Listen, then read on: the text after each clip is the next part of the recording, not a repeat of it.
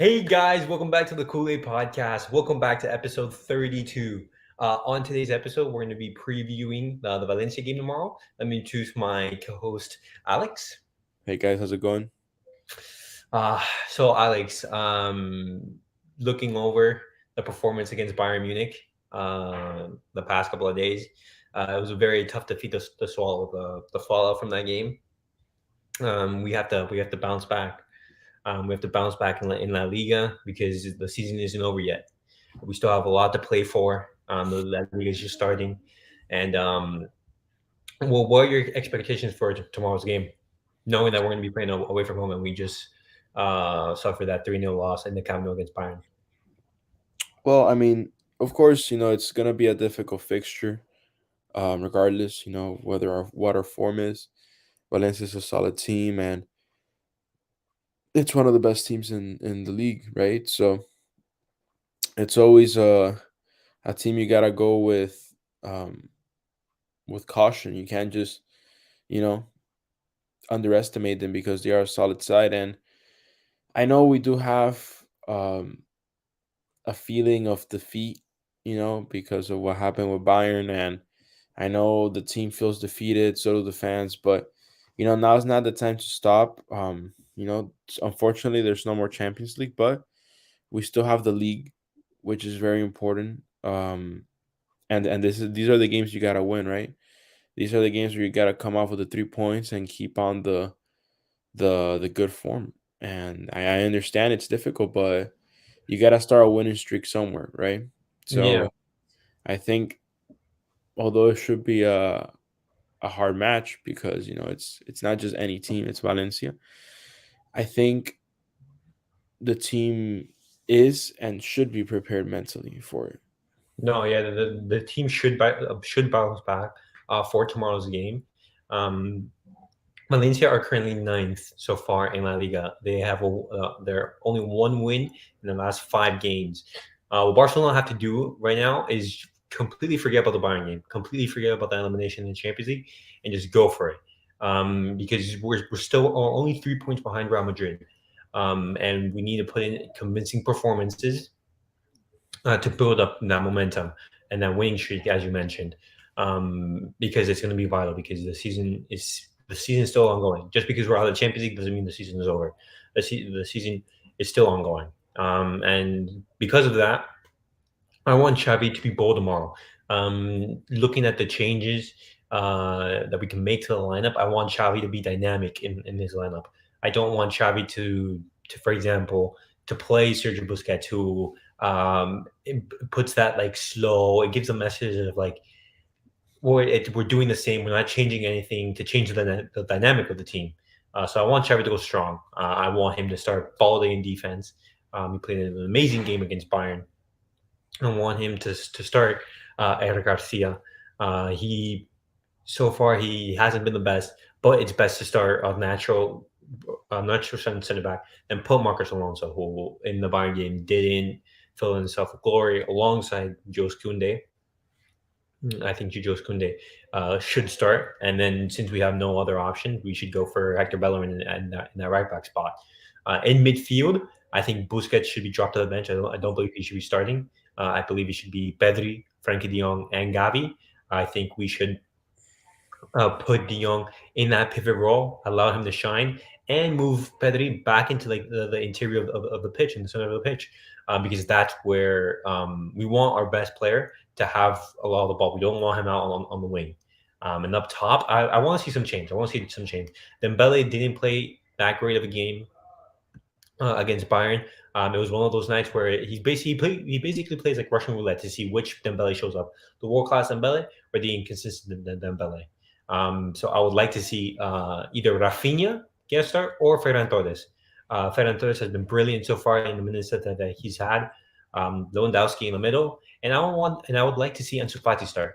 Ansu Fati, he needs to be starting.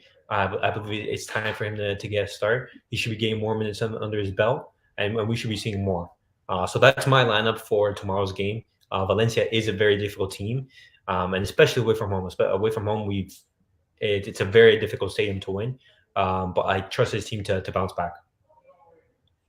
Yeah, and I agree with you for sure. We have the. I think we're on the right track to bouncing back, but going back to the starting 11, I would actually I think my defense would be the same as yours, right? Yeah. You said Alonso left back, right? No, I said Eric Garcia. No, I said Balde as the left back. Balde. Oh, okay, no, you mean you're gonna bench Alonso, right? I was going to bench Alonso. Yeah, no, I was gonna put same Balde left back, center back Conde, and then Eric Garcia, and then as right back, I play Sergio Roberto. Well, Sergio Roberto is injured. I He mean, gets not Sergio Roberto. I'm so sorry. Bellerin. I was thinking about Bellerin. I'm so sorry. Yeah, I will play Bellerin. Of course, because we have Sergio Roberto injured, and then in the midfield, I would play Pedri, De Jong, and Gavi. I think that's the best midfield we can work with right now. Or would you introduce Kessie into the lineup or The no? thing is, I want to, but Or would you change formation, for example, for tomorrow's game? I just don't think tomorrow is the time to be um, taking the risk with Kessie because as much as I like him, and I've said this before, I think he's a phenomenal player. Uh-huh. But as much as I like him, he hasn't been very convincing, and I wouldn't want to risk such a vulnerable position right now because, yeah, and we're only like not even fully halfway through the season, but still, you wanna win games like this, and you don't wanna run the risk of either tying or excuse me, Or Tyron. of either tying or losing because as we said, we're only 3 points behind Madrid, and we don't want to create a bigger gap than we already do.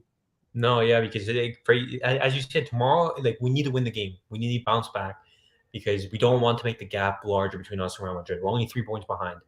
And I think bringing back Gavi, who was rested for the game against Bayern. If it was speculated that if um, if if Inter dropped points against Pilsen, then Gavi would have started that game against Bayern. But he was rested because we didn't. Nothing was on the line. He received a knock in the game against Bilbao, so Xavi rested him for this game against Bayern. And I definitely see him coming back into the lineup. But I wanted to pose this question to you after the result against Bayern Munich in their exit in the Champions League. This is a question that we've been asking frequently on the channel. Would you sack Xavi, or would you continue the faith with him and continue believing in this project? Well, before I answer that, I'd just like to finish off what I was saying about the starting Okay. 11. Yeah, go for it. And Go. up top, yeah, up top, I would have Fati, Lewa, and I would actually start Rafinha because he hasn't gotten a lot of play time and he is one of our key players. But Okay. then at halftime, I would probably put in Sergio Roberto. So Sergio Roberto is injured again. I mean, oh my God, I keep saying his name. Fair, Ferran Torres. Ferran fair, Torres, fair right enough. wing, yes. No, yeah, I definitely want to see him start. I wouldn't. Well, actually, I think Lewandowski is going to play the full game because what Xavi can do is he can take out Lewandowski and put in Ferran Torres in like to play that number 9 spot. But could continue with your lineup. No, yeah, that's all. I have already said my midfield. And I mean, look, about the Xavi question. I think it's too early to tell, right? I know we haven't gotten the results we wanted. I know what happened to us. I mean, you can't blame him for last year, for the Champions League last year. You can blame him for the Champions League this year, but it's more complex than just, hey, you were a bad coach. We had a lot of key players injured, and, we also got unlucky. The Bayern game, we were extremely unlucky. The first leg, I mean. And stuff like that happens. That was a terrible game as well for us, but what can I say? At the end of the day, Exactly, I agree with you. I it's believe. more complex than just saying, yeah, it's his fault, sack him. No, I think we need to see more of him. We need to see him for, I would say, another season, right? Yeah, I'd say at the end of this season, if we like what we did or we don't, that's something to consider. But sacking him now, that wouldn't be wise. You're also mid season. That kills the morale for the team. You got to bring a new coach, yeah, change things around. it changes the dynamics. But I agree. I don't believe that Xavi should be sacked. I believe he is to blame, partly to blame for our Champions League exit, but I don't believe that we should be reactionary and just like sack him. I've been seeing a lot of Xavi out in the media. I don't believe we should be taking that approach. Um, but I do believe he is partly to blame, and it as you said, it's complicated. It's a different factor of things. But before we round off, what are your score predictions for tomorrow's game? Hmm.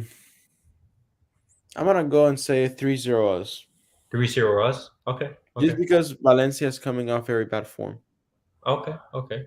I'm actually gonna opt out of doing a match prediction. I haven't been hitting the nail on the head recently, and hopefully we get a win, and a must need win.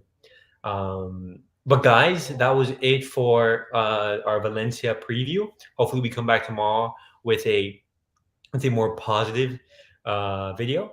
But as always, I post a link on Twitter. If any of you guys want to join and discuss with us, for example, your thoughts on the Valencia game, you're always welcome to.